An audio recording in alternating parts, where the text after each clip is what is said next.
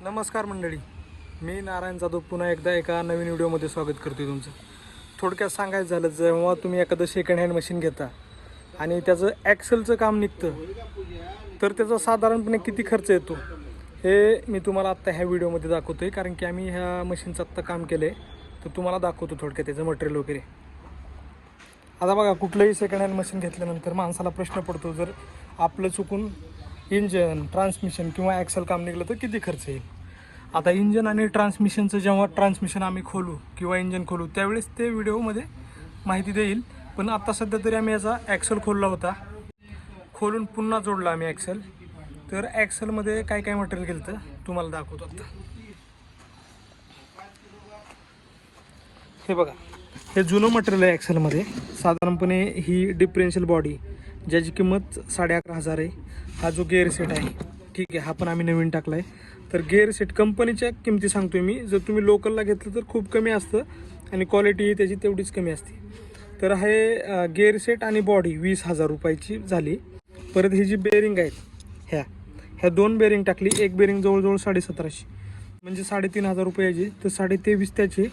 हे एक सील 500 रुपयाचं 24,000. ह्या 2 ओरिंगा टाकल्या आम्ही 100-100च्या, तर 24,200 रुपये झाले एवढ्या मटेरियलचे. त्याच्या व्यतिरिक्त आम्ही याच्यामध्ये ॲक्सेल ऑइलसुद्धा टाकले. तर ॲक्सेल ऑइलची किंमत तुम्हाला इकडं दाखवतो.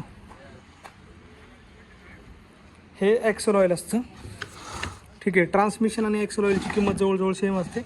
हे इथं बघू शकतो तुम्ही, 8,160 रुपये, म्हणजे 24 आणि 8 जवळजवळ 32,000. तर 32,000 रुपये खर्च फक्त मटेरियलला आला आहे.